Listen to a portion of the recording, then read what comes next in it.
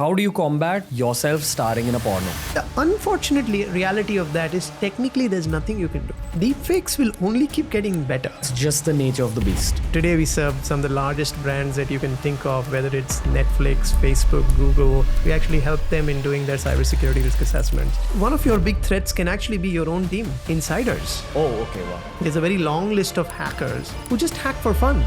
Today, thanks to ChatGPT, GPT is not new. People who don't understand GPT also could just go and ask a simple English question and get answers in a language that they understand. So that is what Sam Altman was able to get to buy these GPUs, to go ahead and put that together, put words together and give you answers to questions. Most people don't go deep, is where the problem comes into the picture. I started from the science side of things. Because I went very deep into science, I can see the limitations of science.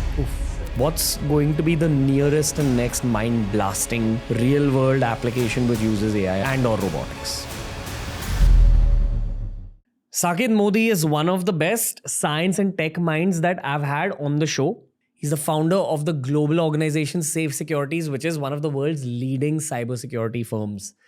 But I know him as a friend of mine who has a passion for engineering. I know him as a friend of mine who boils very, very complicated things down to first principles thinking. So while there's countless conversations about AI all over the internet, I promise you, there's very few people who can speak about AI and the threats related to AI and the possibilities of our near future with as much clarity as this man can. If you watched any of the podcasts that we've created with Saket Modi, you'd know exactly what I'm saying. All I want to say is that a TRS All-Star has returned with an epic special to further our understanding about artificial intelligence. It's Saket Modi on today's Science and Tech special of TRS.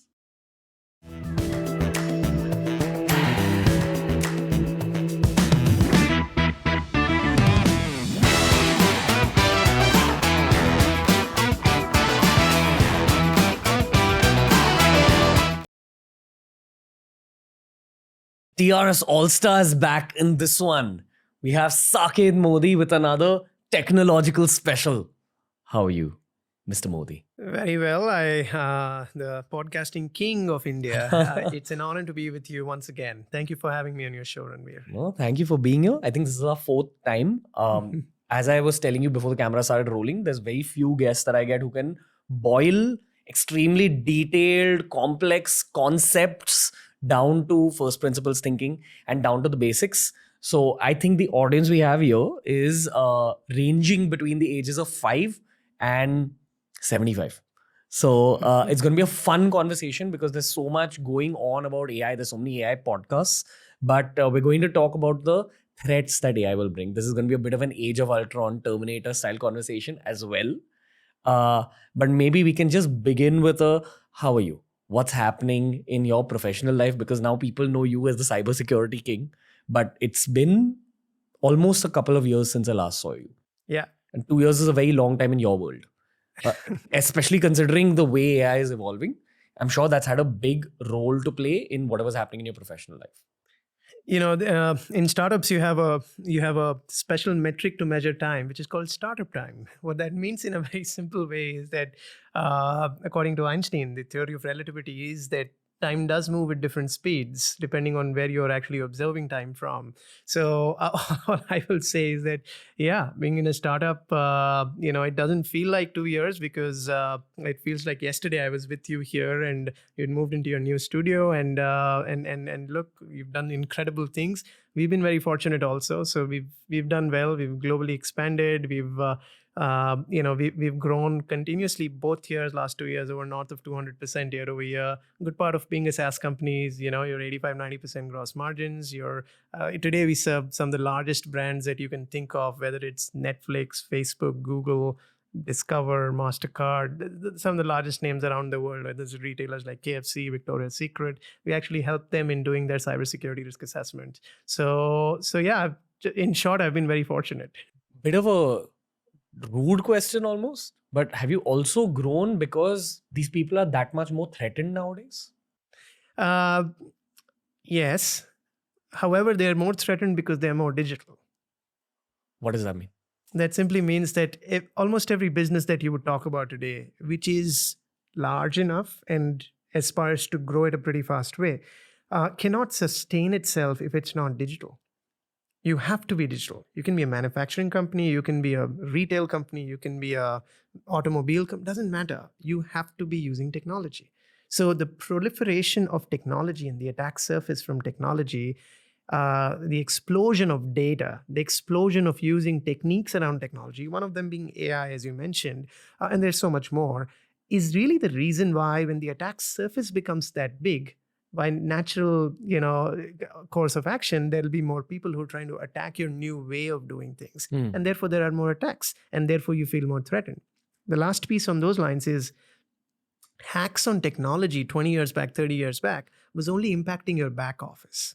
If you think about it, right, most companies, for example, in India, some of the greatest services companies like TCS, Infosys, Tech Mahindra, et cetera, they all came up because they were basically helping globally large Fortune 2000 companies with their back office operations, whether it's maintaining their ERP, CRM, building custom software for them, which was mostly back office automation, increasing efficiency. That's not what technology is today. Technology is a business enabler now. It is not just helping you in your back office. For example, for you, you might be using a particular CRM or an ERP, a Tally or whatever, to go ahead and manage your finances. You use technology for that. But in your case, you're using technology to reach your customers, your audience, which is out there. And if your podcast gets hacked, if somebody goes to YouTube and takes over their channel, it's a direct impact on your business, on your brand that you can actually see. That's a very, very different threat than what was 20 years back. If you were only using Tally for your back office automation, and Ranveer, I said, are you worried about being hacked? I'm like, yeah, I mean, some of my data will go away, but you know what? That's not top of my mind. And that is the reason why there's a fundamental shift in terms of, because technology is the business for almost every vertical. Okay. So for people who are listening to you for the first time, I'm going to have a bit of a recap from the last 3 episodes that we did, especially with data points or sentences that actually apply to today's conversation, because we are going to do a bit of an apocalyptic conversation today, as usual. So a bit of a recap. I remember 10 years ago when I was in engineering college, there were ethical hacking workshops, which taught me that hackers and hacking as a profession exists. And once you have that capability, you can choose whether to go to the side of the light or the dark side. And there are people all over the world who choose either side. Now, as time progresses, hackers and their skills also get better. But now with the added impact of AI and machine learning, I am assuming that the skill set as hackers has significantly upped. The narrative about AI, especially based on the conversations that we've had on the show, is that the people who are in charge of creating the AI will hugely dictate how the AI functions in the world. For example, when you talk about this whole Age of Ultron or Terminator Judgment Day style debate, a lot of it boils down to who has actually programmed that AI software, what is that person's moral code. Now, assuming that some terrorists are actually creating AI, I believe even Osama bin Laden had a PhD. He was a very smart man for sure. Yeah. So say a very intelligent engineering grad decides to let his evil side speak through the AI. We'll need a whole side of cybersecurity and ethical hackers to combat that evil AI with a good AI that they've built out. I know I'm giving you a very cinematic and far-fetched reality. I think last time we spoke about personal cybersecurity, shit like if you're not comfortable with something being leaked, then it shouldn't be on your phone in the first place, which is why you shouldn't send nudes to your friends, my friends. And you should have complex passwords. You should, for any other small cues from the last time? Well, more than complex passwords, multi-factor authentication. So if you have 2 factors, that's way more effective than even having a complex password. Technically, you're in the world of cybersecurity. You're providing security against threats. Mm-hmm. Broadly speaking, I think there are 3 kinds of threats to protect a company from, or a government from, or just anyone from. The first would be cyber terrorists who are trying to get into your system and maybe get some very important data from the government or trying to hack systems. The second would be cyber criminals who are in it for the money, like robbing a bank, transferring cash. The third would probably be a geopolitical rival who's again either trying to get data or hack your systems. Very broadly speaking, are these the three dark enemies in the world of cybersecurity? Or have I left out anyone? Very long list, Ranveer. So Okay. Wow. think about it, right? One of your big threats can actually be your own team. Insiders, right? Which can be insiders with malicious intent. Sometimes that happens. You fired somebody and they were very unhappy, but they were the admin of your YouTube channel. There's a lot of wrong things that can happen there. It's not somebody external trying to hack you. Or sometimes people can be doing things unintentionally with an accidental way. Oh my God, I had the password and I gave it to somebody. I left my laptop open with your admin access. I'm just giving you some examples, Sure. right? There's a very long list of threat actors, actually. There are people who would just, not why just money? There can be people who are actually, for example, there's a very long list of hackers who just hack for fun.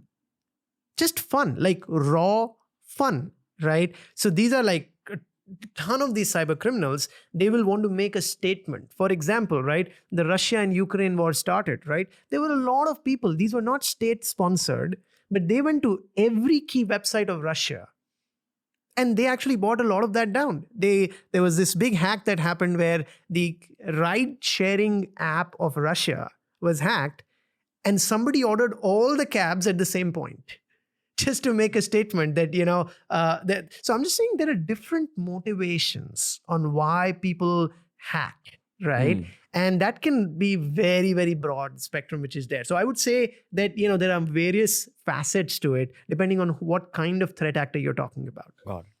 That last section we spoke about, where you said how a terrorist can actually utilize GPT, I understood aspects of it, but it's not clear for me right now. Sure. And I think to actually understand it with clarity, I want you to explain how GPT works from a first principles perspective, because then we can build on to how terrorists can use the same program that school students are using today for the sake of the school project. But let's boil it down to the basics.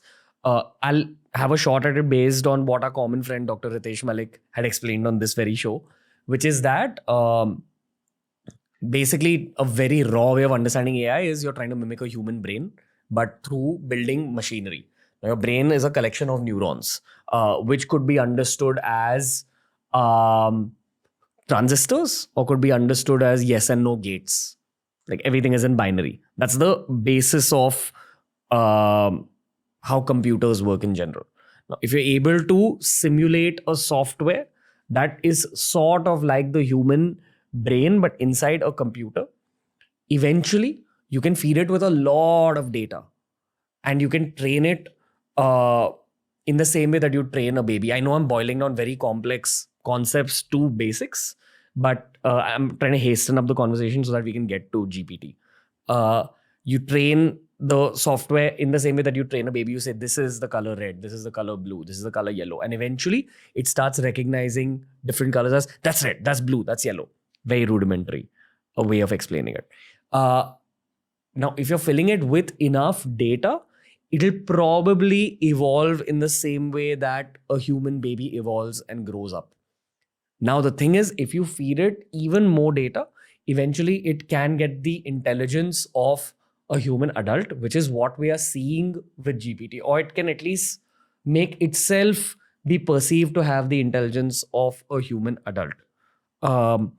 The reason this was difficult, even though AI in theory was possible in 1950, was because of the hardware side of things. Because to get that much data, you needed something like the internet, you needed something like Google. And then to process that much data, you needed high quality hardware for which you needed investments, which is what took Sam Altman so long to do before GPT actually got launched for the public. Now, before we move forward, what would you like to correct? What would you like to add? Comparing artificial intelligence to the human brain is like comparing an aeroplane to a bird. Let me explain you what I mean by that, right? When you think about designing the aeroplane, right, it is built on the first principles of how the bird flies, right? There's aerodynamics that you can actually go in. You have the wings, you have multiple of those things, right? The design of the plane, when the Wright brothers were thinking about it, was definitely inspired by that of a bird, right? But today, if I ask you, after many decades of commercial flying now, and truly commercializing it, and making it usable across the society, is a plane the same as a bird? The answer is no. A bird is a way more complex.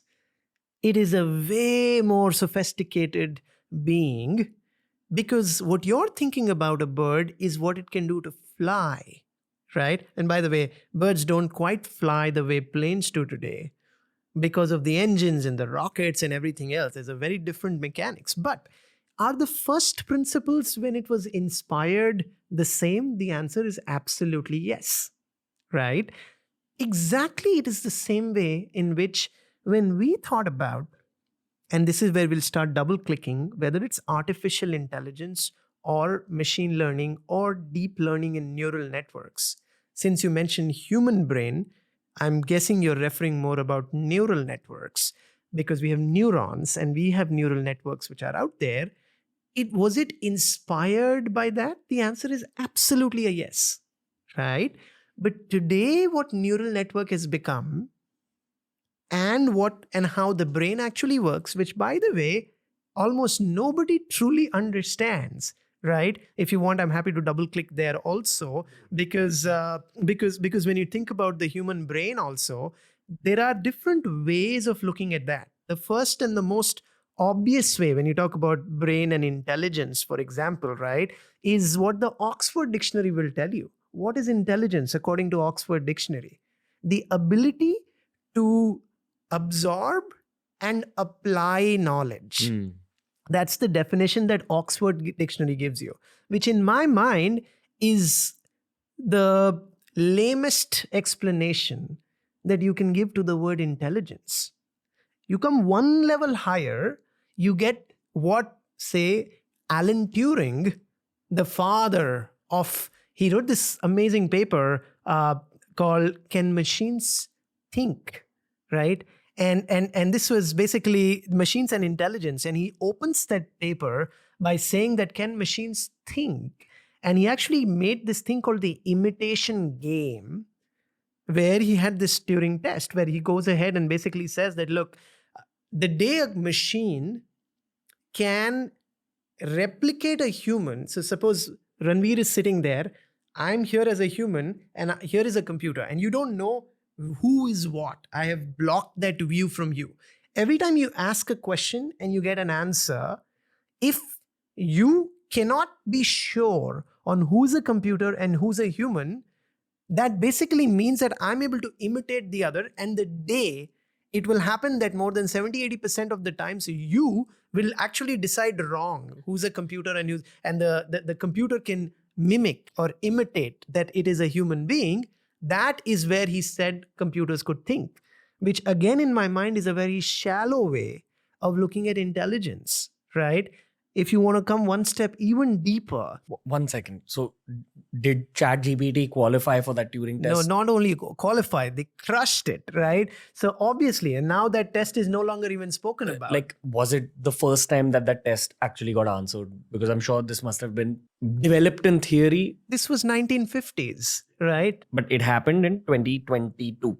Well, it happened way before that. So it's not just ChatGPT. What you get to see today is because it's become very popular, right? AI, if you actually go back to AI, neural networks, for example, one of the very popular applications of neural networks and NLP was actually in the 1980s and 1990s, where people were using NLP to very simply click a picture of a checkbook and see what is the amount which is mentioned out there. When there were postcards which were sent from one place to the other, in order to process thousands of postcards to know the zip code of what things are, it was very simple to go ahead and do that. What I'm trying to get towards is that, when you talk about natural language processing, when you actually talk about machine learning, it's been around for a while. The change which I'm talking about, that one big moment where everything changed. In fact, generative texts have always been there. They used to be called RNNs, which is recursive neural networks, and it had its own limitations. They changed the game forever with that white paper called Attention is All It Takes, which was basically written by Google and University of Toronto. And these are the people who went ahead and completely fundamentally proposed a different architecture on how you can actually go ahead and design the neural networks and then process the words in a sentence, giving weights to the relationship of every word to every other word within the sentence itself. And using that, you actually create a vector graph where you actually put each word, and then basically, again, I'm simplifying this, based on the distance of two words, that's how you train the model. You're able to go ahead and provide generative text which is out there. But again, you explained deep engineering here. And you basically explained how sentences are formed, perhaps even in a baby's head. When a baby learns to speak English, the first words you understand are me, he, she, then dog, cat, 3-letter words, and you go to 4-letter words. Eventually, in first grade, usually they teach you sentence formation. Yeah. What is sentence formation but a combination of the different words you've learned till that point in order to create meaning? Yeah. Now, that's the school version of it. But actually, when you're at home and your parents are speaking English, you kind of automatically learn to process how to combine words in order to create sentences in order to transfer meaning. Now, this is what a computer is doing. No. And this is exactly where I'm trying to get towards. Okay. Right? This is exactly the seduction of, because I can speak good English, it is not implied that I'm an intelligent person. The seduction is when you meet somebody who's well-dressed, can speak and has a command on language, you automatically imply that the intelligence of the person is pretty damn high. Because you're wired to think like that. You're saying computers were able to create sentences for a very long time, but there was a eureka moment? There was a eureka moment for sure. And there have been not one but multiple eureka moments, right? However, the limitation of what you just mentioned, right? Of how a kid can take letters and then make words and then understand the cognitive meaning of each one of them and then produce that with intent, with curiosity. None of that actually happens in ChatGPT. So what I'm trying to get towards it, and Ranveer, we started by me telling you how bad it can be with GPT or AI, where you don't need to be an AI engineer to be able to use AI for bad. But I'm now going to tell you the positive side of it to what you just mentioned, right? We, unfortunately, because if I get you a robot which looks like a human and can talk like a human, we are biased to think that they are an intelligent being like humans. ChatGPT is none of that. ChatGPT doesn't have, and this is the problem that I have personally with the word artificial intelligence. The moment you bucket all of intelligence into what GPT or neural networks do today, what you're doing is, unfortunately and probably unconsciously, you are basically eliminating the possibility of what is true intelligence. For example, your brain, right, is not just glorified version of what you've read all your life. There is so much more that you create as creativity. Remember, we were talking about definitions of intelligence. We spoke about the Oxford Dictionary definition. We came to the Alan Turing definition, which is out there. If you go one step higher and you look at, if you look at Freud's definition of intelligence, and it's very funny that he actually doesn't directly define intelligence. What he says is the way the mind is constituted, and he was very big about conscious, subconscious and unconscious mind, and the unconscious is the largest part of the brain which is out there. And he says that the states of the mind is what dictates your intelligence, right? So that is that which is a way better explanation of intelligence. You want to go one step even higher than that? Look at how Patanjali defines intelligence. You know, Patanjali, the god of, yoga, he has these 4 books. I know everybody does yoga. It's very unfortunately that they've not read the books, but there are 4 volumes of something called the Yoga Sutras. And by the way, those 4 books are not about funny poses. It's all about the mind, because according to Patanjali, the meaning of yoga is the cessation of mind. And then he goes ahead and defines what mind is all about. He says there are 5 parameters. The reason I'm using air quotes here is because I don't think there's a good word in English to actually define what he says. But for simplicity's sake, I'll call it 5 parameters of the mind. The first 2 are slightly more controversial, but the last 3, which will be very easily understood, which I think is a very easy mapping to what we know in English, is he says number 1 is imagination. The second, he says sleep, and the third is memory. So he says that between imagination, sleep, and memory are the 3 parts out of the 5 parts that he defines. So what ChatGPT does is a smaller version of imagination and memory. There are no mentions of the others. And again, the reason I'm giving you examples of all of these people, because if you think about what truly ChatGPT is, it's a glorified form of compressing all the information which is out there into these parameter files with weights that you apply based on the training that you've done.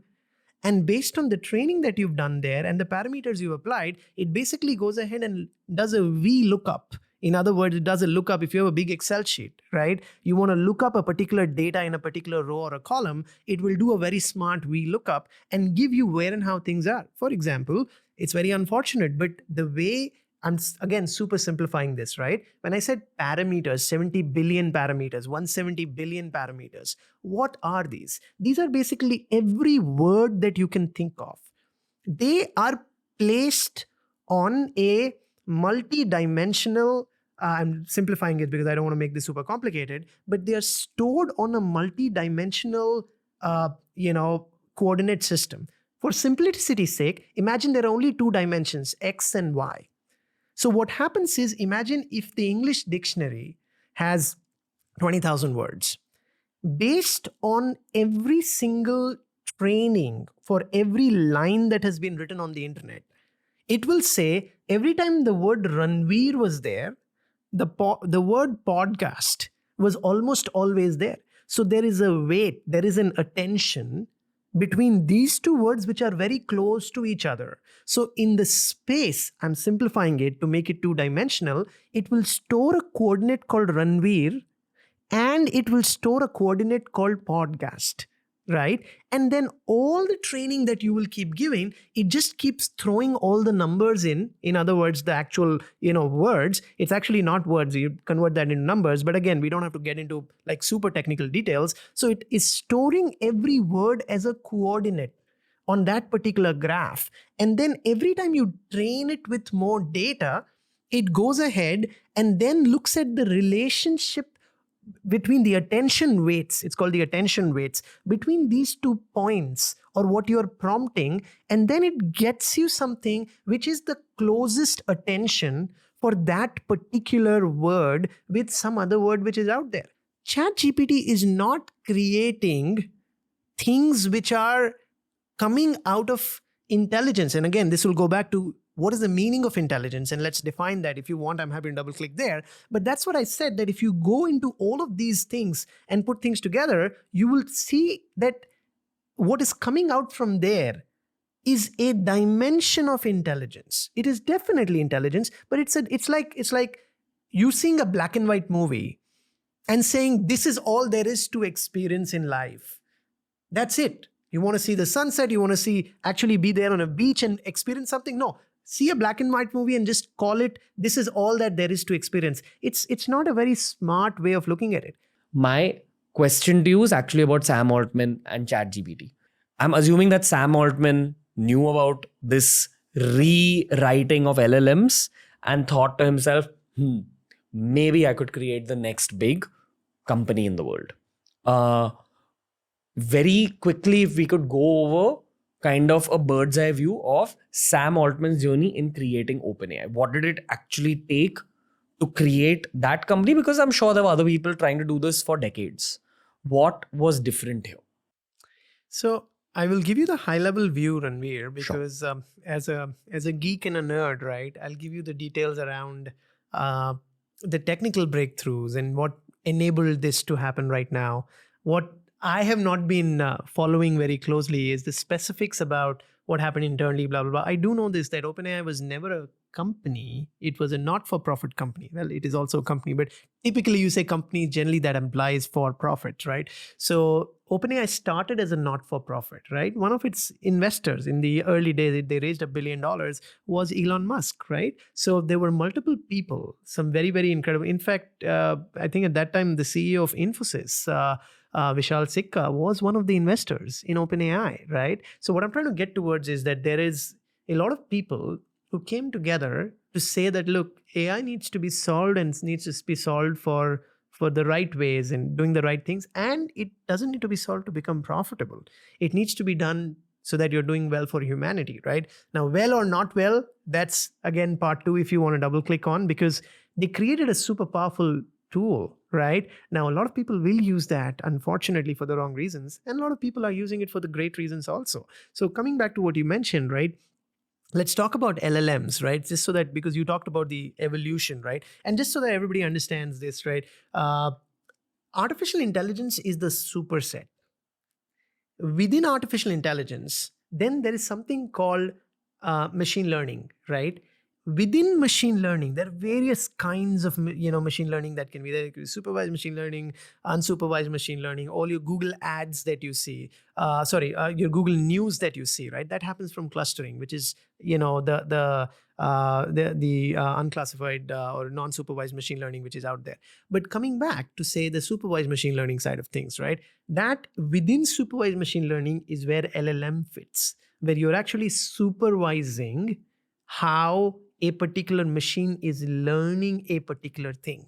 Now, before I even go there, let me take like 2 minutes to say, how can even machines learn? How does that even make sense, right? Because machines, and like you mentioned, right, a lot of people will talk about, say, transistors or, things around that. But what is really going on, right? So let's just talk about that for a few minutes, just so that, and then we can go to LLMs, because the application of that is inside LLMs, right? So I'll tell you, first of all, right, when you talk about machine learning, right, so the two types of, things in supervised machine learning, and I'm super simplifying this, right, because it's all audience are here, right? So first is purely something called, regression. And the second is called classification. Now, don't worry about the actual terms. I'll give you an actual example, right? Regression would be something as simple as, if you were to predict the success of a podcast, what will be the variables that will go into it? The length of the podcast, right? Is the topic contemporary or not? You will also see the person who's coming in, how popular are they? You will have various kinds of parameters to go ahead and predict arguably whether this podcast will be successful or not. I'll keep it very simple. For now, length of the podcast and how successful, in other words, how many viewers will it have, right? So on the x-axis, if I just plot a simple graph, on the x-axis is how many viewers will a podcast get? And on the y-axis, I simply say, what is the length of a podcast? Can I say that there is a relationship where the lower it is, probably the higher number of users or higher number of viewers, not too low also. If you make a 1 second podcast, nobody wants to see that, right? So there will be an optimum thing, and there is a curve that you can draw to say, based on so many podcasts you've done, this is the most optimal curve to get X number of views. Y needs to be the exact duration, right? In the future, suppose the way we are having a free-flowing conversation, you say, okay, I know that I exactly needed 43 minutes of podcast, which is there to hit the optimal sweet spot. But you know what? The conversation with Saket was really good, and we went to 55 minutes, right? So let me see on the same curve, where will this fit in to say, suppose it is 55 minutes, how many viewers can I expect? Are you with me till here? It's very straightforward. Number of the duration versus number of viewers, right? And there is a graph that you can make around that. That graph, every time you get a new podcast, can I say can potentially change slightly? Why? Because there'll be a new dot on the graph, which says, again, based on the actual duration, oh, this did very well while the duration was very high. So there'll still be another dot there. But the line that you've made, that line, you want a line which will cross most, if not all, the dots that you've created using your podcast. The tuning of that line is called machine learning. It's as simple as that. I'll tell you again one step slightly deeper. Again, I'm super simplifying this, where if you remember in the school, very basic algebra, right? The equation of a straight line was y equals mx plus c. Super simple, right? This was a straight line that you could draw on a 2-dimensional graph which is out there. Now, what we always were told was for any value of x, you will get the value of y. That's the meaning, right? Here is a line. Give any value of x, you'll get the value of y if you know that equation.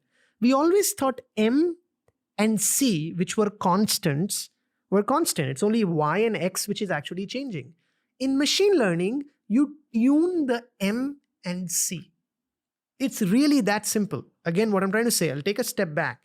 If you think about a line, think about how many variables are there. Y equals mx plus c. For any given value of x, you get the value y.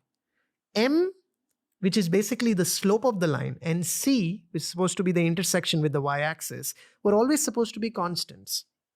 Now, this line can be any line on the graph. But suppose remember the example we took, which was the duration versus how many people who are, how many people actually watch it, right? In that, the line can be moving slightly on the right, slightly on the left, depending on more data. So the more data you provide, the line adjusts towards left and right. And how do you adjust a line? By changing M or C. So you're basically plotting reality onto a paper. That's what machine learning boils down to. When you plot the reality, and this is supervised machine learning, remember that. When you plot the reality, you are getting a curve. Now that curve, you can use any value of x on that curve, right? A good example which everybody uses, right, is let's take the house price versus the size of the house. Can I say the higher the size, the higher the price of the house generally? And I'm simplifying this is linear regression, like super simplified. There can be multiple variables, right? Which locality, how many bedrooms, blah, blah. Forget about all of that. Simple. House size versus house price, right? Suppose in this area of Warsaw, right, you get 50 houses and their sizes and their prices plotted on a very simple graph. So when you plot that, in general, you'll have, as the sizes go up, the prices of the houses are going up. So you will have dot, dot, dot. You'll probably have 50 dots. And you will have one line that is close by. Not accurate, but close by. If it's a straight line, it'll be close by. Now, the tuning of that line is what you're doing with every new dot. Because this thing called the loss and the cost function, where every time you get a new dot, the line slightly moves.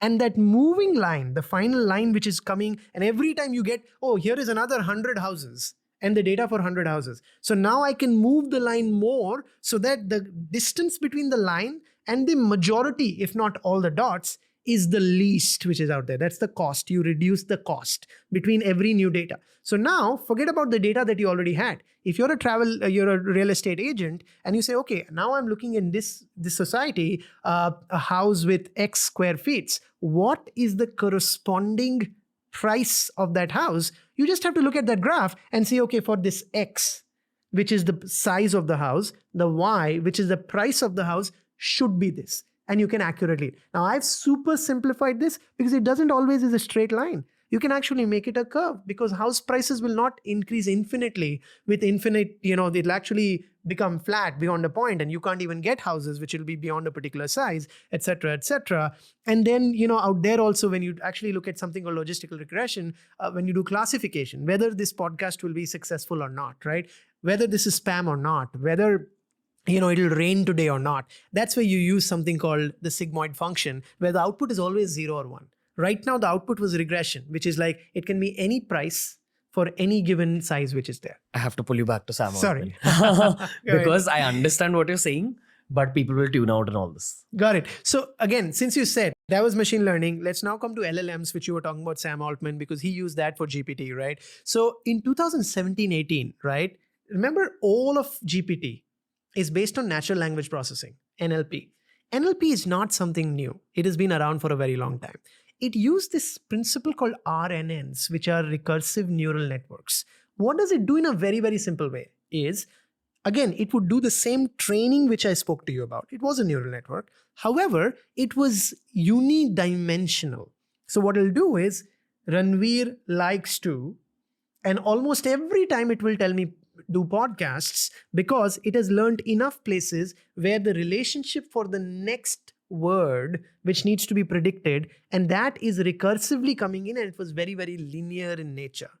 The thing that got changed, again, I'm super simplifying this, that changed with the paper, which was attention is all it takes.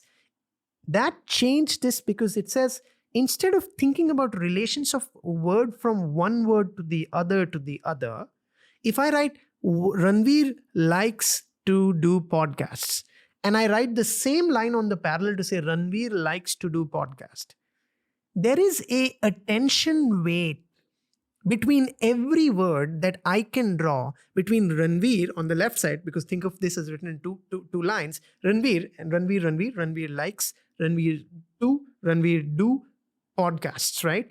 And then it basically increases those weights as you keep moving forward. This is going back to, remember, we are talking about training the model, training that actual particular line which is out there. So it basically goes back and looks at those weights and adds those weights together to then go ahead and create this huge parameter file which is there, which is not just in 2 dimensions. It's actually 512 vectorized way of storing every word, and you get things from there. With everything that you've said till now, this is what you're saying was Sam Altman's edge in terms of... This was not Sam Altman. This was open. This was done by Google. Believe it or not, not even Microsoft, not even Sam Altman. Now, this paper was open. People could use this all the time. That's not a problem at all. There came a lot of companies, for example, Hugging Face, right? They actually made the transformers available as a library to use while coding. That was super, super simple, right? So there were enough libraries which were created. What Sam Altman did very well was he actually used this algorithm and then trained that, because this algorithm was not meant, at least initially when it was designed, Google was thinking of using this, which it did very successfully, and it uses this today also, for Google Translate. So when you translate from English to Sanskrit to Hindi, whatever, that is what it was using. What application of this happened with Sam Altman, OpenAI, was that, hold on, if I am going ahead and converting something, because the weights which were out there were actually not English and English. It was English and French, English, and therefore those weights. What happens if we just replicate French with English itself?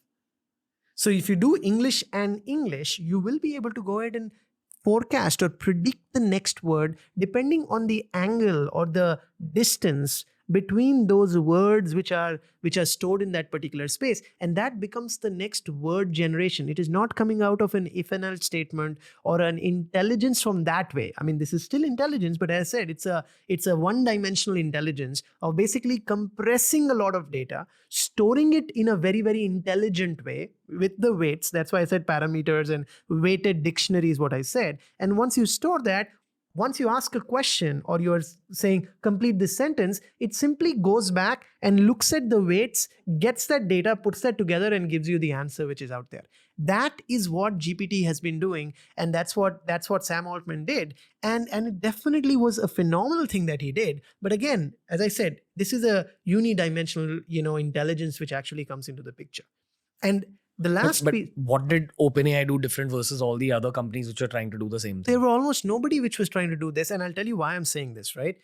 Taking that algorithm and trying to generate text out of English is something that a lot of companies can totally do that. There are 2 big things which happened.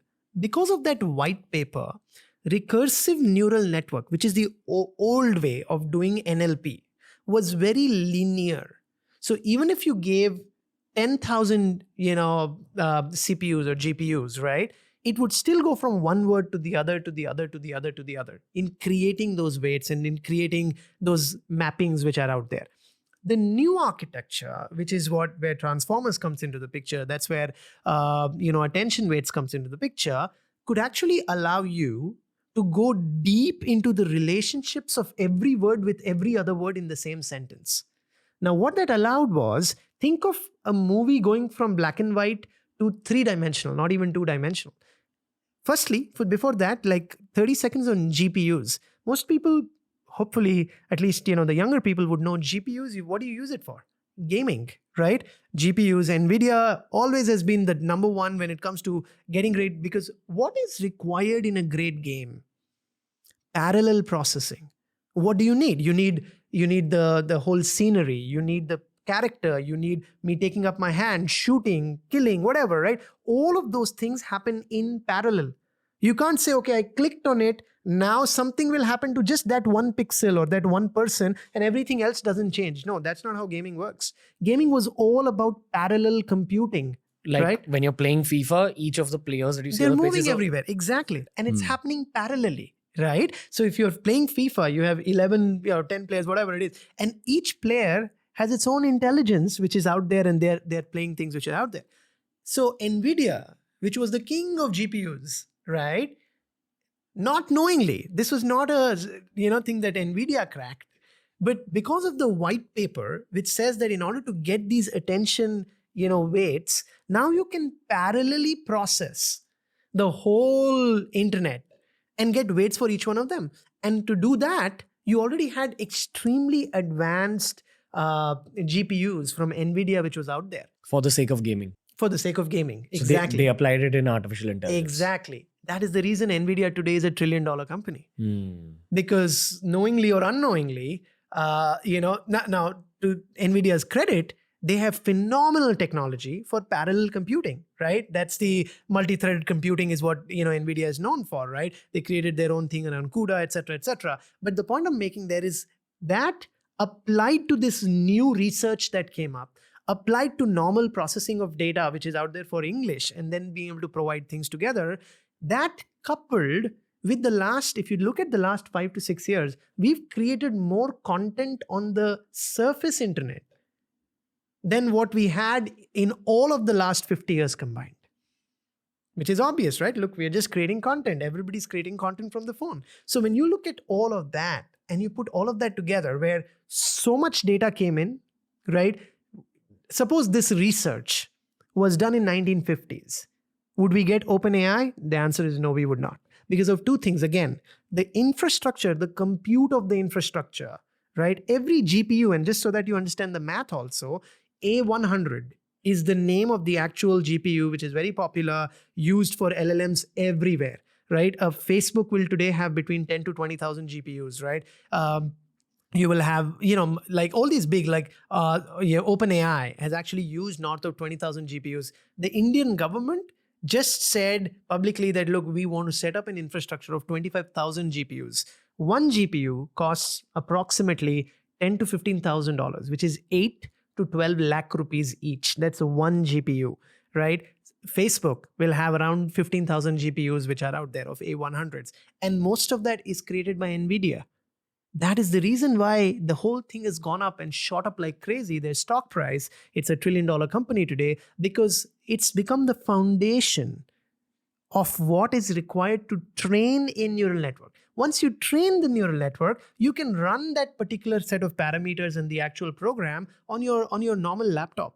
The training is what is the most expensive part. So that is what Sam Altman was able to get. He had a lot of funding. He raised $1 billion as a not-for-profit to buy these GPUs, to go ahead and put that together. And so he got the GPU. He obviously had the clear web information, which was already available out there. I don't know if you know this, but so ChatGPT was already prepared in 2021 and 22. They could not launch it because of multiple issues from a perspective of saying, we've indexed the whole internet. What about security of this? What about the ethics of this? What about this being misused? What about if we've indexed something which was copyrighted, right? Because this is not something which you're doing as a human. When you talk about 10 terabytes of content, right? That is not a small number. And then, you just keep amplifying on top of it. And it's not possible for a human to do that. Although ChatGPT does do manual labeling, because after pre-training, You need an LLM model to produce more accurate results. And for that, there is some human intervention which is required, because that's too generic. When you take 10 trillion, 10, the 10 terabytes of information which is out there, and we put that together. So the point I'm trying to make there is just one, that, that is how ChatGPT became super popular, because when they did that, opened it up to the world, the floodgates opened, and yeah, they truly changed the world. Okay. Can we, for a moment, sort of personify the underlying technology that governs ChatGPT? Can we say that they have access to this being that's constantly getting smarter? Yeah. So my problem is with the word being.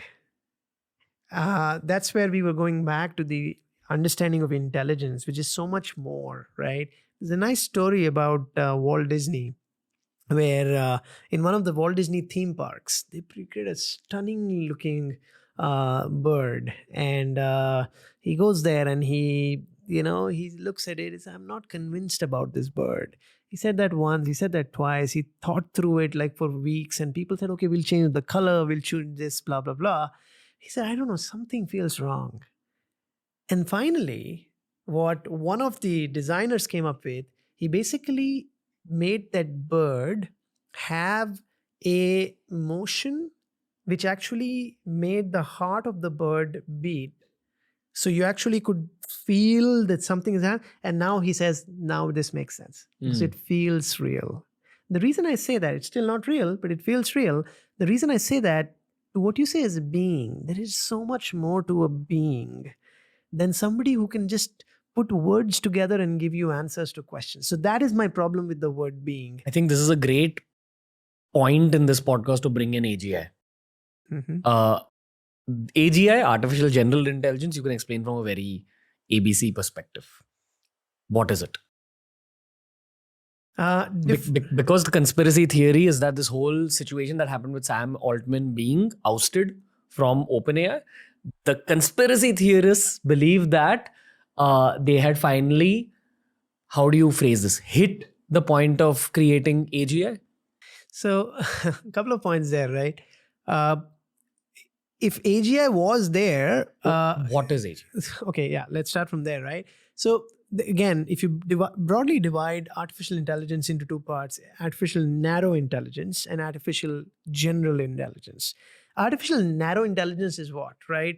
When you are doing this recording, and this is a great microphone, it actually is intelligent enough to go ahead and reduce noise by itself. That's intelligence, right? But can it go ahead and suggest you recipe to cook food? The answer is no, right? So that's a very narrow intelligence that this microphone and its firmware, the software, actually has today, which makes it a very, very good microphone, right? So that's very narrow. More general intelligence is more leaning towards something which basically says that, look, the more broader way where you can answer, and not just in terms of text. And that's again where I know that some people who now say, okay, it's artificial super intelligence, and therefore they've created one more layer above that. But it basically means that you're at a point where people can, or machines can think. I still think the missing area is that, yes, they can think, again, depends on how you define the word think, but they're not curious. See, let's understand that, this word also, because it's important to at least understand this in the case of AGI. A really nice line by Albert Einstein, which says, I don't have any special powers. I'm just passionately curious. This is one of the greatest and the most intelligent minds that have walked this planet in the last 100 years, saying, all I have is curiosity, right? Today, none of the LLMs that you know about are curious. They're doing whatever the user demands. Yes, and not just the user demands, what their creator has designed them to do. If it is to predict the next word, it will do that. If it's to reduce noise that is going in while I'm talking on this microphone, it will do that. That's the meaning of being narrow. Now, what are the odds that they hit on AGI and therefore Sam Altman was asked to leave, and he's now come back and maybe AGI will happen? Why is AGI a big deal?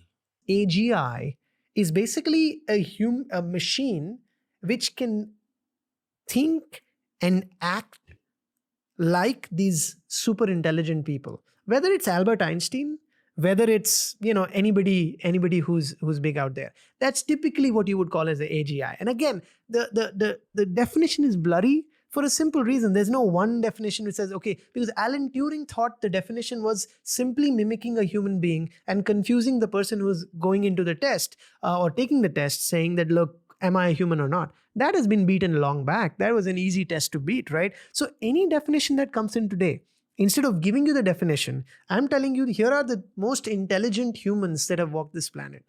Till the time a machine cannot be as curious, in the words of Albert Einstein, till that time, AGI is not there. And since this conspiracy theory around saying that, oh, it was Sam Altman and he discovered AGI or whatever, right? And therefore, so it's a very funny thing. I'll tell you why, right? Ranveer, if you are, say, how many subscribers do you have on YouTube? Astronomically large. Exactly. I love that, right? Give me a ballpark number. Cumulatively about 25. 25 or million. Perfect, right?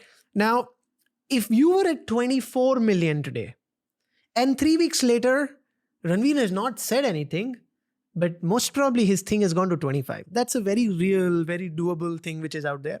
If your podcast had today 500,000 users, right? And I say Ranveer suddenly got 25 million users, right? Probably they're fake, first of all. That's the only other way it can happen. But on the other side, the point there is that from AGI, from actually going there, we are so far away. We are not even at base zero. While that journey will probably be at base number 100, right? So we're so far away, there's no question of going ahead and, thinking about, oh, AGI has been cracked. It just doesn't make sense at all. I want to ask you a lot of questions related to the cybersecurity when you're dealing with deepfakes. Mm-hmm. How do you actually combat that? How do you combat yourself starring in a porno? So, couple of points about deepfakes, right? Deepfakes will only keep getting better, which is a given, right? As text generation is becoming better, picture generation is becoming better, video generation will also keep on getting better. That's just the nature of the beast. Yeah, that has to happen, right? There's just no two ways about that. Forensically, are there tools to go ahead and detect certain types of things which are happening? The answer is yes, there are. But as you said, right, if your face is used in a movie which you don't like, right, what do you do about that? The unfortunate reality of that is technically there's nothing you can do. I can give you some small hacks here and there. For example, if you look at a deepfake at half the speed, you will see a lot of frames have not been filled in with the kind of details that a normal movie that is being shot, it will flow naturally. So if you see something at half the speed or 1/3 the speed, it will not be as densely populated. You probably won't be able to see that in the normal thing, but just slow it down. That's theoretically possible, right? However, for a normal person, right, to be able to go in and just being able to see that, whether this is deepfake, not deepfake, you saw some friend of yours in a video which you like, hold on, is this true or not? It's very, very difficult. There are some websites which help you with that, but how do you know the authenticity of the website? And the worst is when you upload a video and the website says this is a real video. And that's not because they know it's real. What they can at max know based on their algorithms, this is not a deepfake, which might not be superset, which might not be there. May be other ways to generate deepfakes which they don't know about. Legally, in India, there is no law for deepfake, but there is the Indian IT Act, where if you impersonate somebody, there's a section, there's 66C and 66D, under which if somebody is impersonating you and going ahead and misusing, or misrepresenting you in any shape or form, doesn't just have to be a deepfake video, you can totally be booked under that section. So that is there and you can go back to that. But we don't have like a law around deepfakes, and it's not just here. It's not there in the US or anywhere else which is there. But this thing about jittery videos is probably also going to get solved. Because jittery videos basically means lesser frames per second, which I'm sure absolutely a computer will be able to do over time. 100%. So, and not only that, you shot something here and oh my God, Saket, the frame was too tight. I need to fill something in beyond that. That's also an image generation problem, right? You'll just take the image, it looks like a wall, it looks like a football. Okay, I think on top of it will be a ceiling. It just has the intelligence, again, limited intelligence, to be able to go ahead and create that. That's very normal. What kind of ChatGPT will we see in 5 years' time? Unpredictable? Well, I would say, the way you think about ChatGPT or AI in general is like comparing it to electricity, right? See, when electricity was invented, right? If I asked you that question at that time, where do you see electricity in the next 5 years? What would be your answer? Everywhere. It will change every industry, every home, every business, everything. Today, if you don't have electricity, can you even think about being in a place where you don't have electricity? That's crazy, right? Sounds absurd. That's how AI, more importantly, then ChatGPT has it's a company, and there's whatever, it can keep coming up and down, whatever. I'm talking about AI as a principle, AI as a future, right? That is bound to change every single thing that we have. It's like electricity. It'll power everything which is out there. And that is the reason why, I was in a college a couple of weeks back, and they were like, can you give us some career advice on this thing? And I said, the one advice that I'll give you, if you're getting jobs or an interview, talk to the company about what they do and how do they do things. And in their pitch, if you don't hear AI, run away from that company. Oof. Yeah. It's that bad. Because, and I would go one step further. Forget about just the pitch. You want the proof. Okay, you're talking about you're using AI. Show me how you're using AI. Because if it's like this, electricity is invented. You're doing business without electricity. Chucky piecing, right? Wow. So do you want to go at a place which is manual, or a place which has started talking about electricity, even if they don't have it today? It's that easy of a litmus test. Just ask, what do you really do? Go to their website, see. If you don't see the word AI, don't even talk to them. The inverse of that is also true, because somebody talks about AI doesn't mean they have it. So you want to double click and understand, how are they using AI, blah, blah, blah. But at least it's better than somebody being totally oblivious about electricity, which just got invented, and I'm still, using an old model of doing work.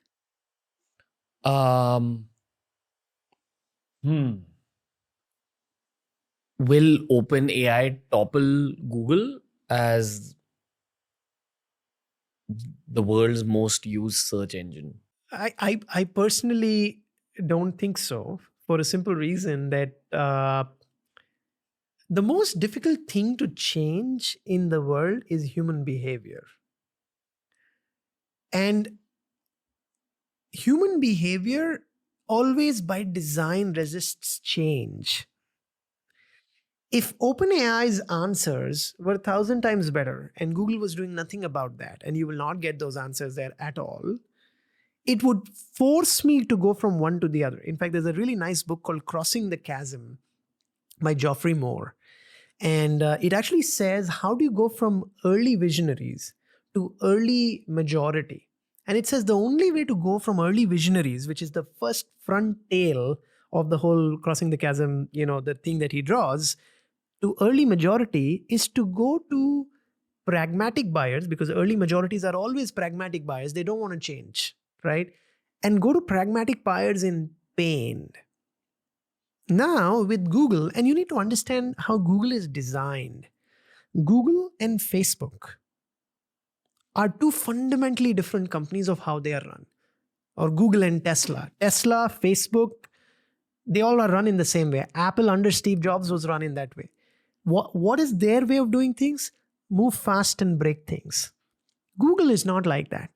Google was built by a team of PhDs, right? It was basically Sergey Brin and Larry Page studying under Motwani sir in UC Berkeley, where they wrote the first algorithm. And it's more, I would say it's more balanced, where Google doesn't need to be the first one to do something.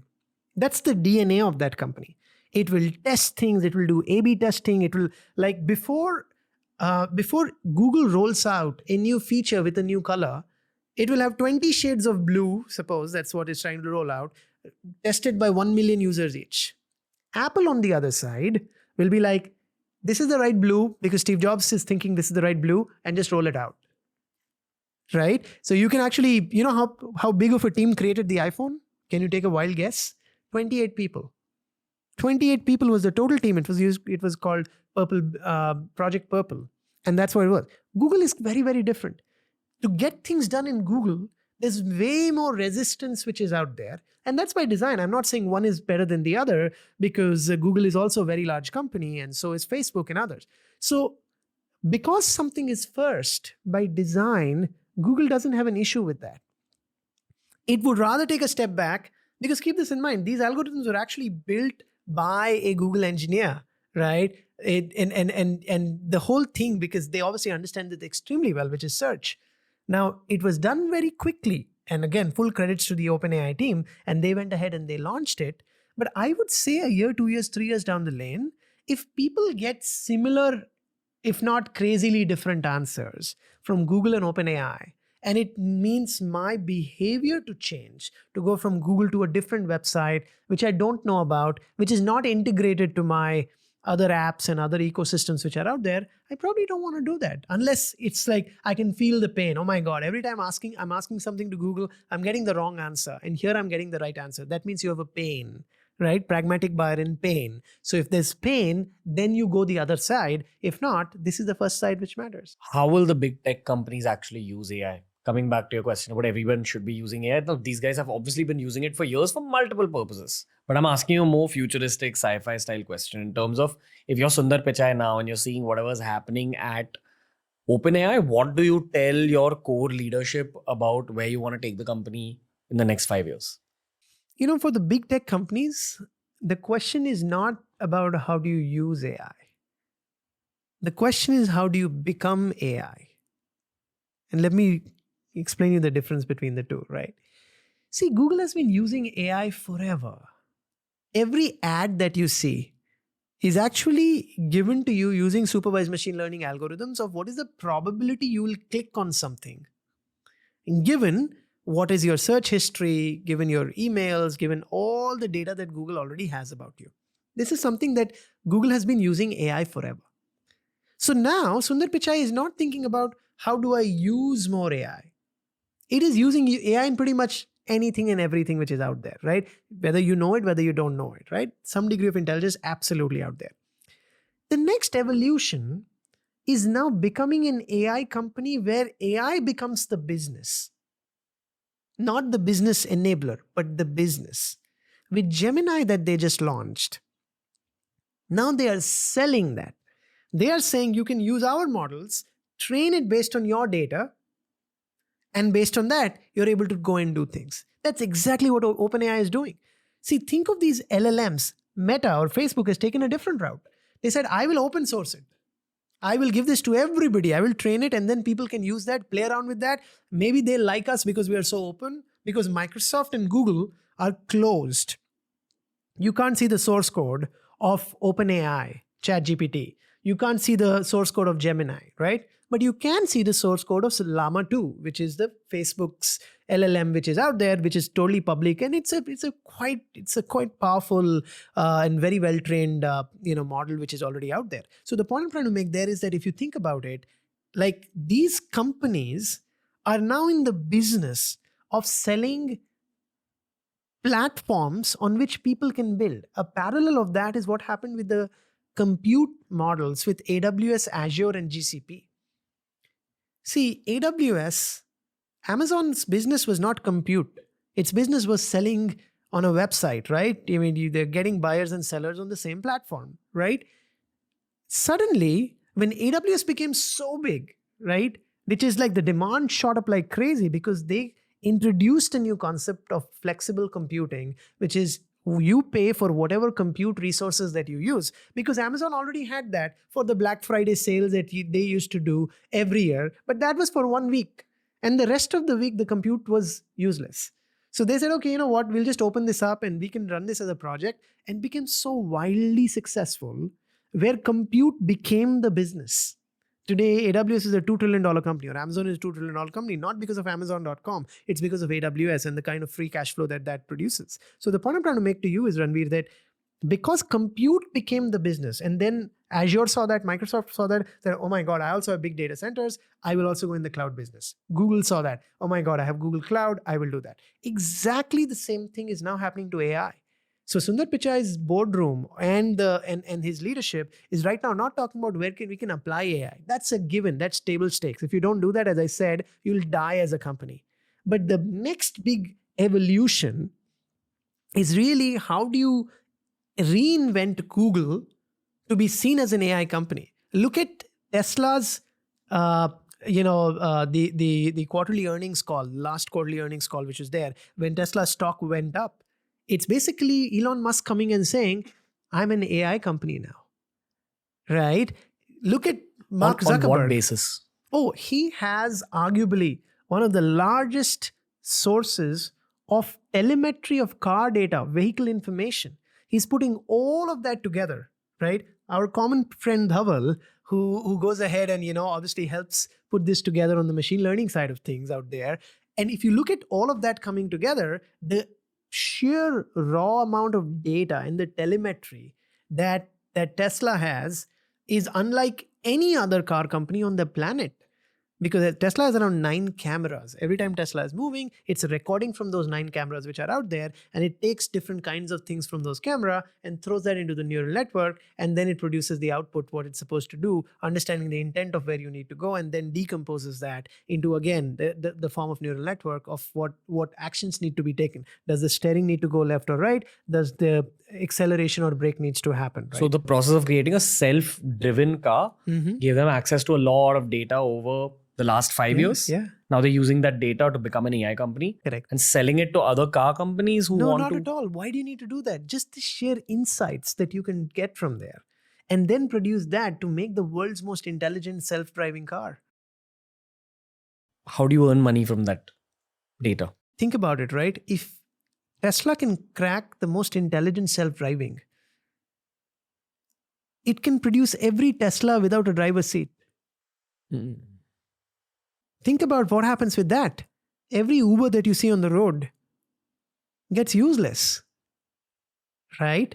If you think about the fact that you can let somebody go in your car and not have them to drive and say, you can watch movies, you can listen to Ranveer's podcast, or you can do whatever the hell you want.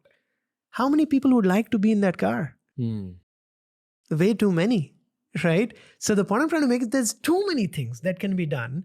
Again, and this is where I'm going back. The platform is what everybody is chasing to become. These are highways, right? So the infrastructure, and by the way, will they be the companies which win? Not necessarily. Think about it like this, right? When refrigerators were invented, tell me the greatest refrigerator company you know in the world. Keventers and here and there. You probably don't even know the names, right? When refrigerators were invented, it was not the refrigeration companies that won. Who won? The beer companies. Coca-Cola won. Pepsi won. You know why? Because now when you could take a Coca-Cola which was chilled, it takes the sales and that skyrockets, right? So because somebody made the fundamental infrastructure, I told you Google was the first one that actually made this paper, attention is all it takes, right? In an ideal world, Google should have been the first one to come up with ChatGPT, but that did not happen. So somebody creating the platform, now everybody's betting on the platform because even that definitely will be a big deal. But then there are applications on top of that companies are right now using. Every thing that you can talk about, whether it's high frequency trading and financial services with banks, healthcare, and completely revolutionizing how healthcare works, till anything retail, etc., etc. First principles of business, just make human life easier, you'll become richer. Absolutely. So we're at that point, like for example, you gave this Tesla situation where now truly self-driving cars with only 3 seats could be a possibility instead of the 4 seats. Anyway, my point. Well, the good news is you can still have 4 seats. 4 seats. But Where everyone faces each other. Exactly. No steering wheels. Are we on the brinks of a robotics evolution now?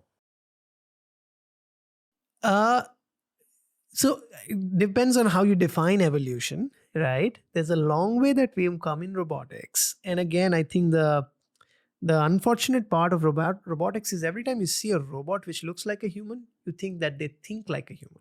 And now with ChatGPT, it's super easily integratable into a robot. They're like, oh, that thing looks like a human. That thing talks like a human. I think it also is thinking and feeling like a human. And that, going back to Black Mirror, is such a dangerous place to be.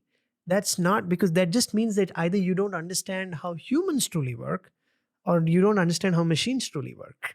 One of those has to be true. Actually, both of that has to be true. Because even if you understand one, you would know that how wrong the other side is. So unfortunately, that's the case with most people. They don't really understand how humans work or machines work in a true sense. And that is the reason why we start to think, oh, because I'm getting some answers here, it means that this is deep intelligence which is coming out, which in my mind is not very accurate. But also you're in that 1% of the 1% of the 1% that understands the engineering of these things. Therefore, you're able to break it down and see it for what it is. But 99.99999% of people just perceive it as a scene from the Jetsons happening in real life now, where you have a robot at home, which is like a butler. I think robot is still a butler. So I think you're actually accurate in terms of thinking that there is a robot with a butler, which is totally today, I think is already happening there, right?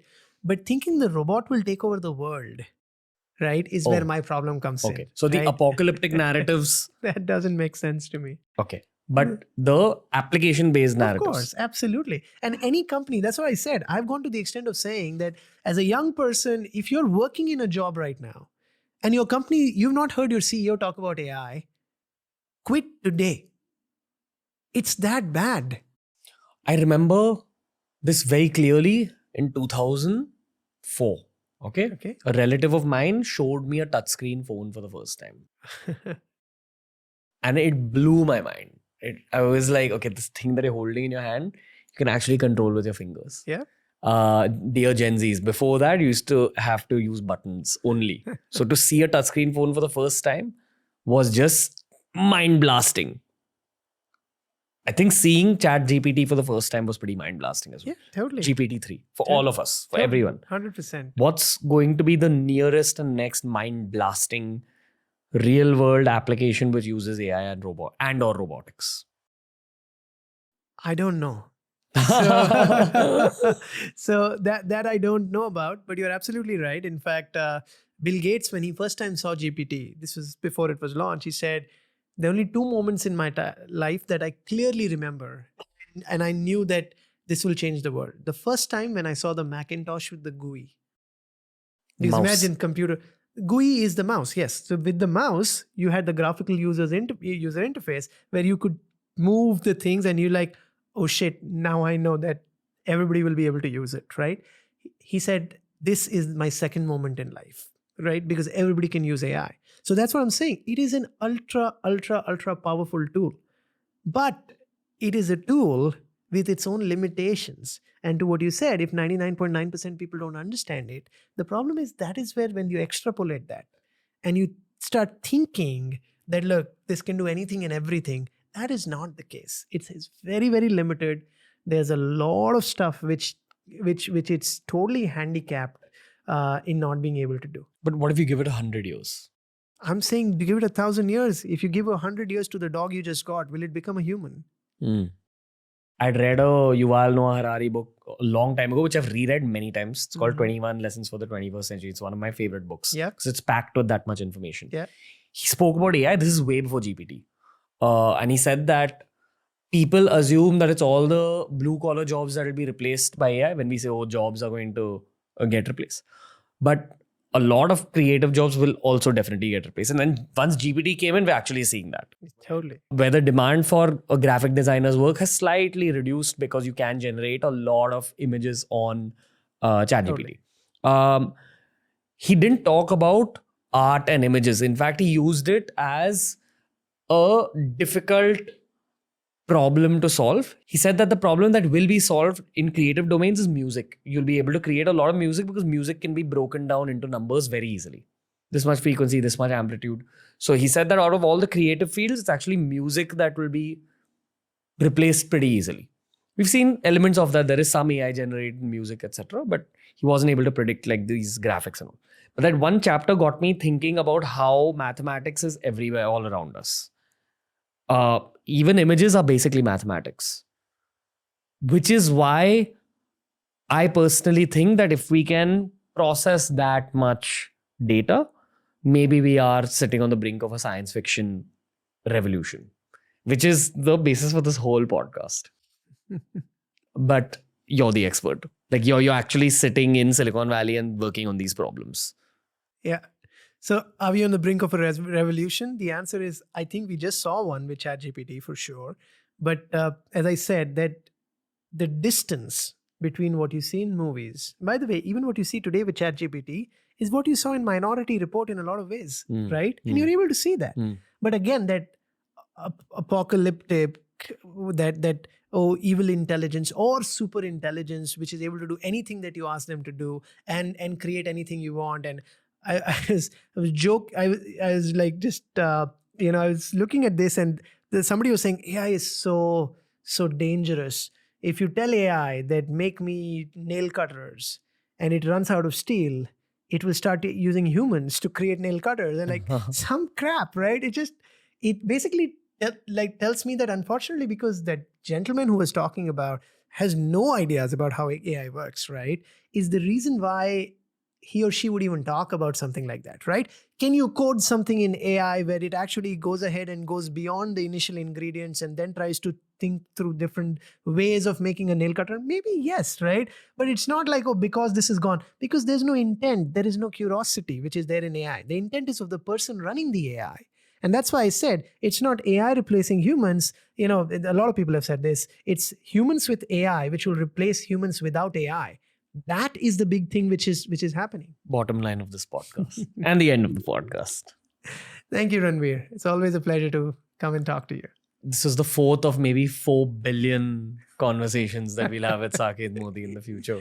Based on where technology is going, there's just so much happening. I'm not running out of a job soon, is what you're saying. Any signing off notes? Let's use AI as a tool to truly amplify and basically augment what we said, the bicycle of the mind. That's exactly what AI is. In true sense, Steve Jobs thought of that as personal computer. I still think that was limited.